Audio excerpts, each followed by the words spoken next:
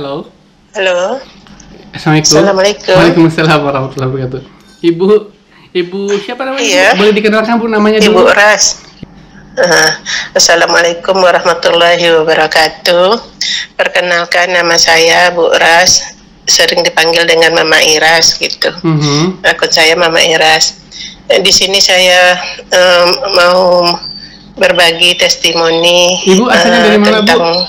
Asalnya di mana? Tentang keajaiban. Pak, gimana Pak? Ibu asalnya dari mana, nggak dikenalkan tadi? Oh iya. Assalamualaikum warahmatullahi wabarakatuh. Nama saya Bu Rasniati, dipanggil dengan Ibu Iras.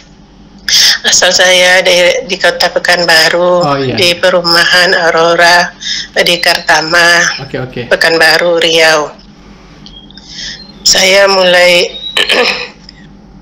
berselawat, mengenal selawat dari tahun 2013.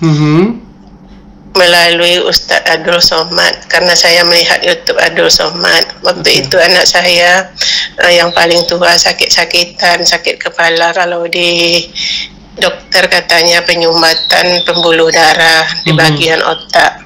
Jadi karena saya melihat dari YouTube Abdul Somad semua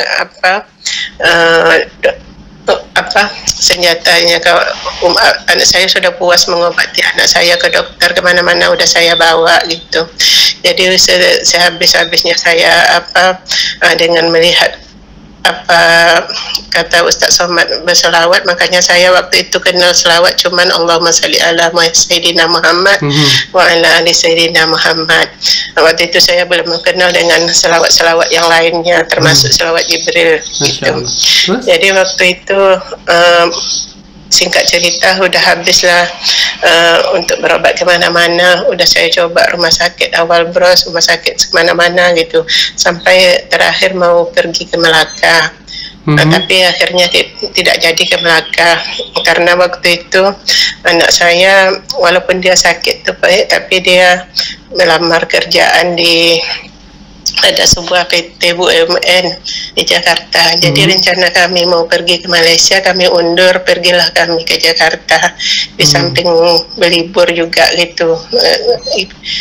Sekalian anak saya itu tes di suatu perusahaannya tak salah saya sebut namanya, tapi terkenal lah gitu. Terus? Di Jakarta. Saingannya banyak waktu itu, sampai 150 orang sistem gugur. Jadi kami pergilah ke Jakarta, ikutlah tes itu sistem gugur, sampai berapa kali tes, adalah 6 tahap kali tes gitu. Padahal anak saya waktu itu saya tidak yakin yang dilawan di Jakarta itu anak UGM, anak UI, banyaklah fakultas yang lainnya seluruh Indonesia. Sedangkan yang diterima hanya 15 orang. Waktu anak saya pergi tes, insya Allah dari sampai pertama sampai terakhirnya tetap saya, asalkan anak saya pergi, saya tetap berselawat. Padahal waktu itu anak saya kuat, sakit kepalanya, demamnya kuat, dalam keadaan baju basah kuyup. Waktu tesnya, puji dan syukur pada Allah SWT berkat selawat, tak saya sangka anak saya lulus waktu itu. Masya Allah. Bisa diterima di perusahaan yang mustahil rasanya kalau dipikirkan, dalam keadaan sakit kepala, dalam keadaan demam. Sempatlah kami 3 hari di Jakarta karena tahapnya 6 kali tes. Alhamdulillah anak saya diterima bekerja di perusahaan tersebut. Itulah keajaiban yang pertama ya Pak Ustadz ya. Dan dari selawat itu waktu itu cuman selawat Allahumma salli ala Sayyidina Muhammad wa ala Sayyidina Muhammad. Itulah yang saya apakan sampai anak saya pergi, pulang, sampai setiap malamnya itulah sampai akhirnya diterima. Keajaiban yang kedua, saya pernah di tahun 2019 saya pernah jatuh di kamar mandi, tapi saya sudah mengenal selawat yang selawat di yang lainnya, termasuklah selawat Jibril. Kalau nggak salah saya sudah kenal Pak Ustadz tahun berapa mulai itu? Saya bikin YouTube 2018, 2019. Udah ada kan Pak? Sudah ada. menurut saya kalau nggak salah saya udah makan salawat Jibril, udah ketemu dengan ini YouTube dengan channelnya Pak Ustadz gitu, Pak Ustadz Muklis. Jadi saya udah mengamalkan selawat Jibril. Waktu itu saya jatuh di kamar mandi. Saya nggak tahu lah, pokoknya entah jatuh di kamar mandi, nggak tahu. Yang penting anak saya pergi kerja, yang satu lagi pergi kuliah. Saya selalu sendiri di rumah karena saya juga udah nggak punya suami gitu kan. Nah, jadi memang sendiri tinggal di rumah. Jam 11 ya, saya biasa gitu pagi, habis pagi-pagi saya sholat subuh. Sudah sholat subuh tuh masak dulu, dah tuh nanti habis masak duha, habis duha langsung mandi kira-kira jam 11 gitu. Jadi pada waktu hari itu jam 11 perasaan saya sudah masak, udah nyapu, mandilah gitu, mau menunggu zuhur gitu.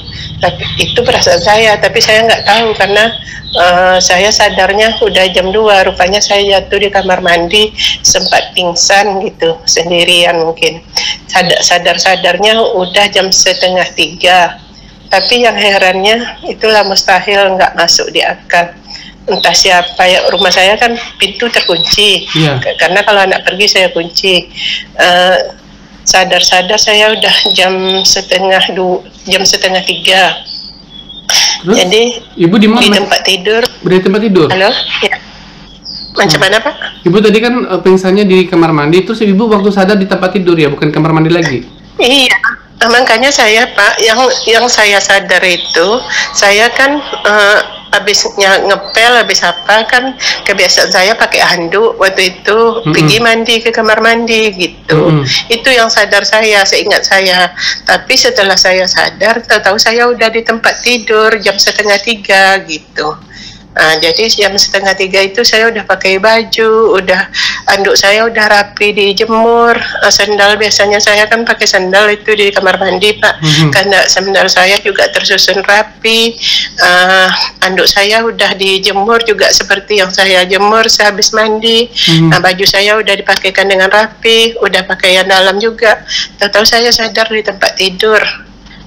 Setelah saya sadar, kok perasaan saya, kepala saya sakit gitu. Tuh saya raba-raba HP, dapat saya bangun gitu kayak orang vertigo gitu. Saya rasa kepala sakit, saya coba mau angkat, rupanya berputar kayak orang vertigo gitu. Tepuk-tepuk lah saya sendiri Pak. Sudah itu untung ada HP di dekat tangan saya teleponlah anak saya, "Adik, mama mungkin jatuh dari kamar mandi, saya nggak bisa angkat kepala, berputar bumi ini kayak di tempat tidur itu, saya mau macam jatuh gitu, kayak apalah, kayak gempa gitu Pak." Tapi yang herannya saya udah rapi. Sudah itu saya ambil HP, saya teleponlah anak saya. Anak saya namanya yang tua Ade, dia lagi kerja. "Ade, mama mungkin jatuh dari tempat tidur, kepala mama sakit, bengkak kepala saya ini Pak." Itulah. Akhirnya anaknya langsung saya pulang. Ingat tadi. Langsung pulang Halo, Pak? Anak ibu langsung pulang? Pulang, permisi, anak saya pulang Pak. Sedangkan saya nggak bisa mengangkat kepala saya, sedangkan pintu saya terkunci. Pintu dikunci, gimana cara dia buka? Baju saya sudah rapi. Cara dia anak Makanya, ibu masuk rumah gimana? Kan ibu pintu terkunci. Itulah satu keajaiban lagi Pak. Anak saya kan 1 jam pulang dari Tanyuru, itu jarak ke rumah saya dari tempatnya kerja adalah hampir setengah jam gitu kan Pak. Jadi saya di tempat tidur aja, sedang saya nggak bisa bangkit, nggak bisa ngangkat kepala gitu. Jangankan diangkat kepala Pak, digeser aja sedikit tergoyak, langsung berputar bumi ini kayak gempa gitu. Nah jadi pas anak saya pulang, saya nggak bisa buka pintu, saya nggak tahu gitu.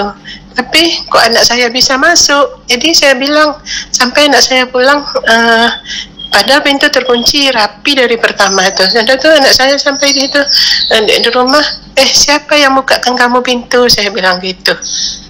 Kan mama tadi katanya. Gitu Pak. Mama. Makanya saya heran. Sudah itu kan dia masuk ke rumah, kau mau dibawa berobat, bawa ke obat Kasisani. Dipanggillah keberangkatan, dia sendiri aja asal mau menduduk ke saya aja, saya terpekik-pekik Pak, nggak bisa digoyang kepalanya. Makanya sampai saat ini belum tahu gimananya kejadian itu kayak mana gitu. Enggak, dia gini, sebentar. Ibu kan nanya kan dia assalamualaikum, tok ketuk pintu, dalam penglihatan dia ibu yang bukakan pintu katanya gitu. Dalam penglihatan dia katanya saya yang membukakan, sedangkan saya saja dia pulang berdua dengan keponakan untuk membawa saya ganti baju itu. Kepala saya nggak bisa jangankan didudukkan, digoyang aja nggak bisa, Pak. Terus berarti kan gini, Bu, kiri kanan nggak bisa. Sebentar, Bu, berarti kan pada saat ini dalam penglihatan dia ya, pada saat dalam penglihatan dia itu ibu bukakan kan, pada saat dia masuk kan ibu berarti sempat ngobrol dengan dia tuh seharusnya kan, tapi dia kan langsung enggak ada ngobrol katanya. Jadi langsung ke tempat tidur. Saya aja. Jadi gimana? Saya aja tanya sama dia, siapa yang bukakan pintu, kan mama katanya gitu. Terus akhirnya dia langsung ke kamar ibu. Macam iya, dia ke kamar saya, sedangkan dia datang ke kamar saya, mana yang sakit mah, ini kepala, langsung dia coba dia dudukkan, langsung saya memekik. Kok bisa sedangkan mama aja nggak apa, siapa bukakan pintu adik, kan mama katanya gitu. Makanya heran juga saya, nggak masuk di akal. Pokoknya itulah, pokoknya sampai sekarang aneh kalau dipikirkan. Waktu itu merinding malahan, Pak, nggak tahu sampai di mana keajaibannya. Setelah diobat di Sensani itu saya dibilang vertigo, kepala saya pun bengkak sampai 1 minggu 1 bulan baru bisa saya gerakan kepala, gerakan apa, pokoknya hilangnya gitu. Tapi semasa ibu sakit itu ibu masih terus berselawat ya? Terus berselawat. Memang saya selalu tasbih dekat saya, Pak. Dulu kan cuman itu, saya waktu kenal Ustaz Edo Somad saya nggak sampai beribu-ribu, cuman asal apa saya berselawat. Tapi setelah dengan ketemu channel Bapak ini, memang saya berselawat, tapi kadang nggak sampai ribuan kali, sampai kadang 5.000 gitu. Nah, itulah saya karena selawat itu. Jadi kalau yang misteri itu tuh sampai sekarang belum tahu. Udah saya tanya ke orang pintar kayak mana juga belum tahu. Siapa yang mengharapkan saya udah ganti baju seperti biasa, anduk saya ditata rapi, sendal saya juga biasanya saya tegakkan gitu ya kan, Pak. Pintu WC pun udah ditutup gitu. Rapi semua, Pak. Yang saya ingat itulah tadi perasaan saya jam 11 saya tadi mau ke kamar mandi. Itu saya ingat tuh, Pak, karena saya pakai anduk karena kebiasaan saya gitu. Sedangkan sholat aja saya nggak bisa lagi gitu. Jadi ibu selama sakit sholatnya pakai apa? Tayamum atau gimana? Atau sambil baring ya? Waktu itu kan iya berbaring, bertayamum aja. Nggak apa, Pak? Apa namanya tuh? Nggak bisa gerak, kepala saya nggak bisa diapakan, nggak bisa dengan mata aja waktu itu. Kalau ibu masih buang air kecil, buang air kecil dipapa ke kamar mandi atau udah pakai selang atau gimana? Ke kamar mandi saya sengaja, kebetulan nggak pula saya selama itu tuh, Pak, nggak, karena makan saya kurang juga, minum nggak ada ke kamar mandi, agak 2 hari itu, tapi 3 hari barulah, tapi dengan dipapah dengan anak saya gitu. Oh begitu. Nah, terus itu kan kalau tegak, kalau didudukkan itu berdua itu menjerit-jerit tuh kayak bumi ini berputar gitu. Sementara perasaan orang ini nggak ada apa-apa, tapi kalau menurut saya seperti gempa gitu karena vertigo gitu. Tapi sekarang udah sembuh ya? Udah sembuh total, Bu, sekarang? Udah, alhamdulillah udah sembuh total. Oke. Itu keajaiban yang itu kan, Pak ya. Sudah itu ada lagi keajaiban. Ada rumah saya mau saya jual di kampung sana, daerah Tapung ya kan, Pak.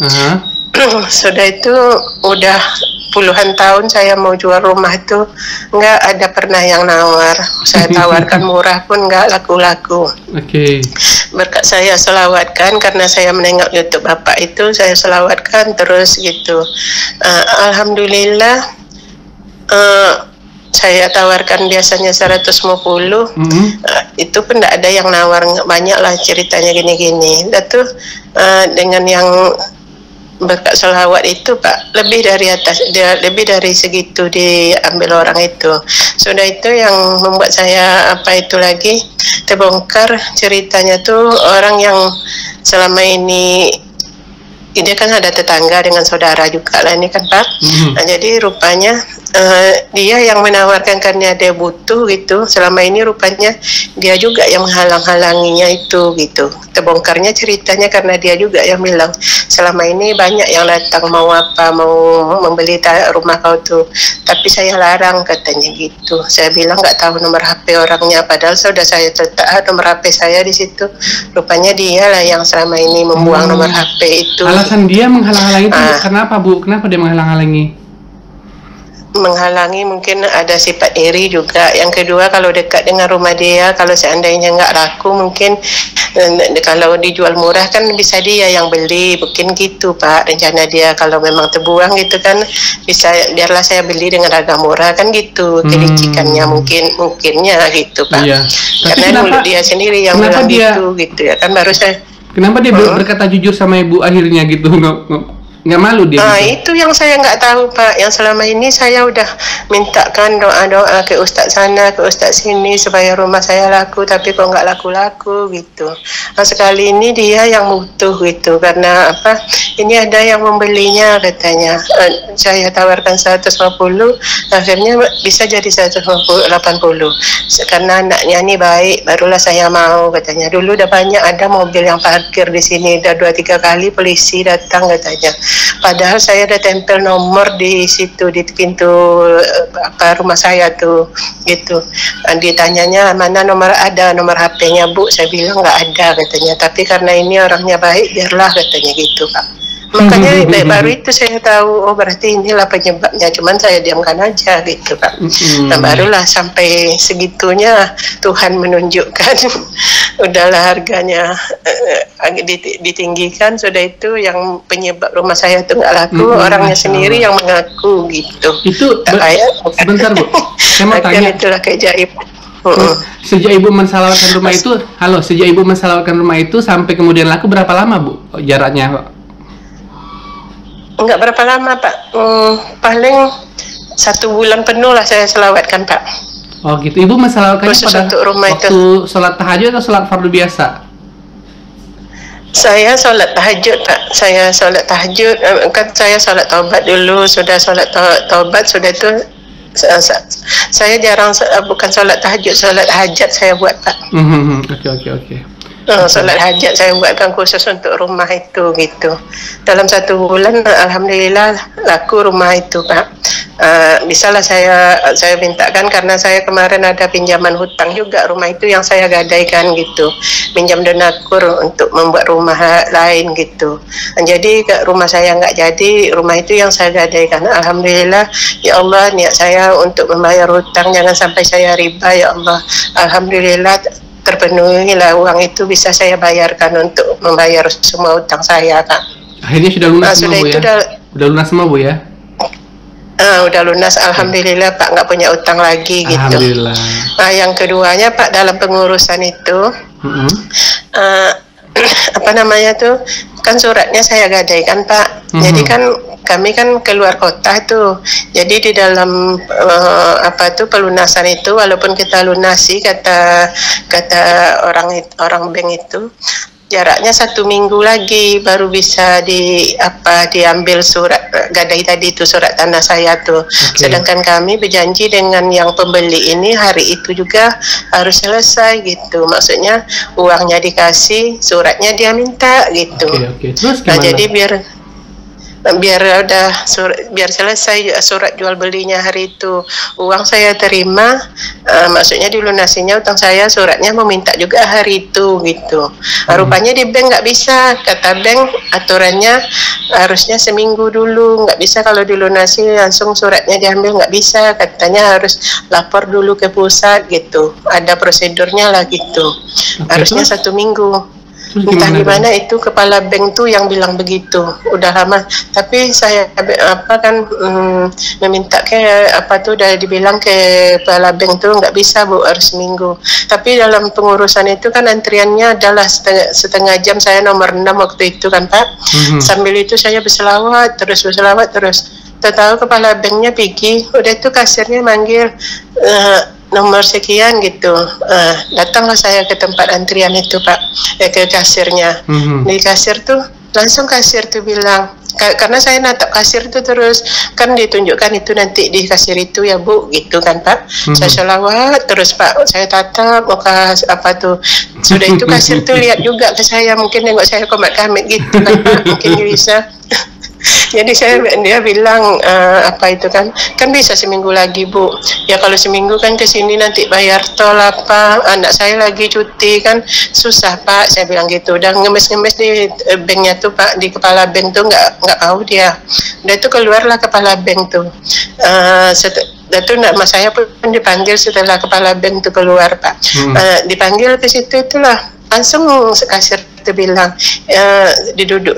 pokoknya hormat kali lah, Ibu Rasya, iya, Ibu mau apa melunasinya Bu, iya, Ibu mau suratnya sekalian Bu, katanya. Terkejut saya Pak, Bu, Pak, terbelalak muka saya. Nggak, saya bisa langsung dikasihnya Pak. Untuk bisa, saya bilang gitu. Insya Allah bisa ya Bu, saya usahakan. Sebentar aja Pak, nggak sampailah setengah jam, nggak sampai 15 menit kan Pak, selesai pembukuannya tuh, pergi Bu lunasi ke kasir, saya siapkan biar saya ambilkan suratnya. Langsung dikasih Pak. Padahal saya tanya semua orang di situ bilang Pak, katanya seminggu itu paling cepat dapat surat tuh Pak. Alhamdulillah Pak, makanya dengan sholawat saya udah yakin betul Pak. Masya Allah. Yang tak mungkin bisa mungkin karena Allah. Banyak keajaiban yang saya rasakan itulah. Ini demi Allah, demi Rasulullah, nggak ada bohong apa keajaiban selawat ini Pak. Memang itulah yang saya rasakan. Jadi untuk motivasi kawan semua, jangan memang tidak perlu kita minta tolong kepada orang lain, lakukanlah selawat ini. Memang itulah keajaiban. Sampai sekarang saya pun mustahil waktu saya jatuh di kamar mandi itulah. Sampai sekarang nggak tahu siapa yang mengangkat saya. Padahal berat saya 80 kilo Pak. Cobalah kalau jatuh di sumur, siapa yang membantu gitu Pak. Apalagi kejadian yang lain Bu? Cuma itu aja? Cuman itu aja baru yang saya rasakan Pak. Mengurus surat itu tadi Ibu bilang kan, sudah tuh jatuh di sumur. Saya mau tanya, tadi Ibu bilang kan anak Ibu sakit kepala, itu sudah sembuh sekarang Bu? Atau gimana, masih sakit? Alhamdulillah udah jauh kurangnya Pak. Kalau dulu tidur itu susah, makanya sekarang saya selawatin 1000 kali. Sudah itu Al-Fatihah 7 kali, karena saya nengok juga dari YouTube Bu Erlina tuh kan. Sudah itu Qul a'udzu birabbil falaq, Qul a'udzu birabbin nas. Saya 7 kali saya embuskan, jadi masukkan ke teko dulu. Sudah itu saya masukkan ke air galon, jadi kami semua minum. Alhamdulillah sekarang anak saya udah nggak sakit begitu lagi Pak, nggak separah dulu gitu. Kalau dulu parahnya seperti apa Bu? Sampai nggak bisa gimana? Dulu Pak parahnya itu kalau malam itu nggak bisa tidur Pak, sampai kepalanya itu digini-ginikan lah, pokoknya kayak orang apa, saya nggak pernah bisa tidur malam Pak. Makanya dia dulu kerja di PT yang bagus lah di rumah itu, sampai saya suruh berhenti. Itulah yang kerja yang pertama saya bilang di apa itu, yang tes di Jakarta itu, karena dia sakit kepala, itulah saya tarik ke Pekanbaru ini. Nah sekarang Ibu, anak Ibu udah kerja lagi? Halo Pak? Ya, sekarang ada pesawat lewat, kami dekat bandara. Ya nggak apa-apa. Sekarang anak Ibu udah kerja lagi tempat lain? Ini sekarang lagi mencari kerja Pak. Mencari kerja, dia baru cari kerja udah 3 bulan ini. Berhenti. Kemarin dia kerja di tempat, ada juga lihat di PT, 3 bulan lah dia nganggur dulu tuh, masuk PT lain. Tapi di PT ini kayaknya waktunya itu nggak sesuai dengan masuk jam 5 subuh, pulangnya kadang jam 1 malam, jadi nggak ada waktu istirahat. Lebaran pun nggak bisa di rumah gitu. Hampir 24 jam kerja tanpa lembur, makanya berhenti, mundurkan diri secara baik-baik, makanya cari kerjaan lain lagi. Itulah minta doa juga dari Bapak supaya hendaknya dapatlah anak saya dapat kerja, ya kan Pak? Iya. Anak Ibu cuma 2 Bu ya? Anak Ibu cuma Macam mana Pak? Anak Ibu cuma 2 aja? Iya 2 Pak, yang satu ini bulan November ini mau diwisuda. Gitu, Masya Allah. Yang paling bungsu. Dua-duanya laki-laki Bu ya? Dua-duanya laki-laki Pak. Ya itulah. Ya Rob. Itulah mohon doanya ya Pak, mudah-mudahan nanti kalau anak saya dapat kerja saya kasih tahu juga lah Bapak. Amin, ya Allah, saya doakan semoga Ibu dimudahkan semuanya. Amin. Kalau sekarang rata-rata ya. Ibu berapa bisa salawat Bu? Kalau rata-rata masih 5.000 atau udah naik lagi atau gimana? Oh, kalau sekarang udah apa Pak? Kemarin udah 15.000. Jadi waktu itu bulan apalah kemarin tuh ya Pak? Sempat saya ini mungkin karena saya udah 53, jadi mungkin menopause kemarin tuh sempat apalah nggak kusuk rasanya untuk berselawat gitu. Jadi menurun selawat saya gitu. Nah, kalau sekarang udah mulai lagi, udah nggak lagi gitu. Jadi udah berapa ini hari ke-9 lah Pak, udah 25.000 saya sehari insya Allah. Oke. Selawat Jibril ya, kalau pagi saya sebelum memulai aktivitas setelah sholat tahajud itu memasuki mengawali pagi, pokoknya habis sholat saya baca bismillah 100 kali, hasbunallah 100 kali. Sudah itu ada juga selawat jazallahu anna sayyidina Muhammadan sallallahu alaihi wasallam bima huwa ahlu, itu kan 1000 pagi malaikat katanya mencatat itu. Masya Allah. 1 kali selawat gitu. Jadi itu paling tidak 100 kali saya selawat. Masya itu Pak. Allah, luar biasa. Maksudnya itu selawat Jibril ini yang saya rutinkan 15.000 kali paling sedikit. Tapi kalau saya nggak kemana-mana itu paling tidak 25.000 seharinya. Luar biasa. Oke Bu, makasih banyak Bu. Semoga menjadi inspirasi untuk banyak orang. Ibu ada pesan-pesan untuk kawan-kawan biar semakin semangat untuk salawat gitu Bu? Itulah pesan untuk kawan-kawan. Kalau kita lagi dalam keadaan kesusahan, jangan jangan mengadu kepada siapa-siapapun, apalagi kepada saudara. Di antara saudara ini ada yang kadang baik tanggapannya, ada kadang membuat kita patah semangat gitu. Jadi larilah kepada Allah karena Dialah yang betul-betul Maha Penolong gitu. Jadi kunci kita adalah selawat, senjata kita yang terbaik adalah selawat, antara doa-doa yang terbaik adalah selawat. Jadi kalau bisa berselawatlah, yakinlah pasti ada jawabannya. Yang jelas walaupun kita susah, setidaknya hati kita tenang dengan berselawat. Banyak pencobaan pasti kita sabar, minta dimudahkan, minta diberikan pikiran yang tenang. Macam manapun kesusahan kita, itu semua ujian dari Allah. Dengan selawat pasti hati kita tenang. Itulah yang saya rasakan. Keajaiban selawat itu sangat banyak nih, mustahil yang nggak masuk di akal seperti yang saya ceritakan. Itulah. Kalau masalah rezeki ibu ada nggak ibu rasa semakin mudah kalau rezeki sehari-hari gitu semakin? Itulah Pak, kalau rezeki waktu dulu saya berselawat itu Pak, pokoknya doa tuh langsung terkabul gitu Pak, apa yang saya minta. Tapi kan itulah macet karena saya bilang tadi, saya lama-lama itu sampai 13 hari waktu saya nggak berselawat itu karena saya nggak kusuk menopause itu Pak gitu. Nah sejak itulah kurangnya. Tapi waktu saya dengan berselawat kemarin tuh yang bilang saya rumah saya laku itu kan 15.000 kalau sehari itu Pak, 10.000 gitu kan. Nah itu mudah aja Pak, apa yang saya ucapkan tuh selalu terkabul gitu. Apa yang saya inginkan selalu cepat dapatnya gitu. Rezeki pun begitu, nggak pernah kekurangan gitu Pak. Masya Allah. Ibu makasih banget ya. Terima kasih sekali Ibu sudah bersedia saya telepon siang ini. Ya saya pun juga terima kasih Pak dengan bertemunya dengan channel Bapak. Alhamdulillah saya lebih giat lagi dengan berselawat. Mohon juga doanya supaya saya tetap istiqamah, semakin meningkat hendaknya berselawat gitu. Yang jelas dengan berselawat ini walaupun di dunia kita masih kekurangan atau apa, yang jelas kata Allah dengan 3.000 aja sehari selawat kita, kalau matinya dalam keadaan husnul khotimah, dalam sebelum dilihatkan surga, belum diambil nyawa kita, insya Allah kita mati dalam keadaan senyum sebelum kita melihat surga katanya gitu. Amin ya Allah.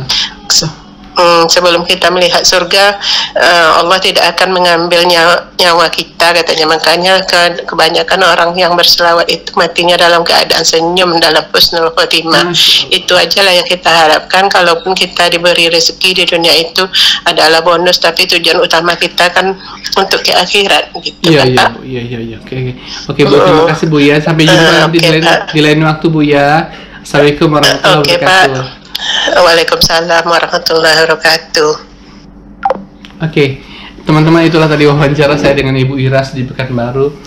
Luar biasa ya, keajaiban beliau itu sempat terjatuh di kamar mandi tanpa sadarkan diri, tapi pas udah bangun tiba-tiba sudah ada di tempat tidur dan sudah berpakaian rapi. Padahal di rumah itu hanya beliau sendiri, anaknya yang 2 orang di luar rumah sedang bekerja dan rumah dalam keadaan terkunci. Siapa gerangan yang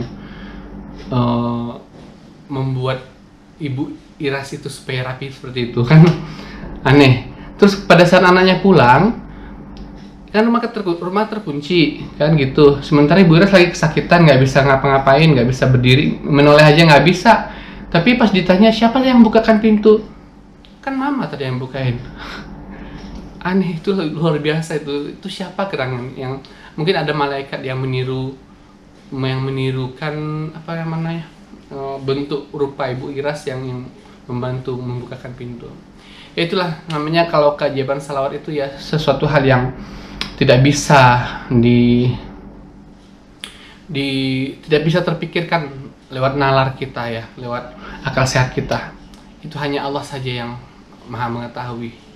Oke teman-teman yang mempunyai kisah-kisah tentang keajaiban salawat bisa untuk mengirimkan testimoninya ke WA dengan nomor 0812 771 62924. Di WA dengan nomor 0812 771 62924. Sampai jumpa pada video-video saya berikutnya dan Assalamualaikum warahmatullahi wabarakatuh.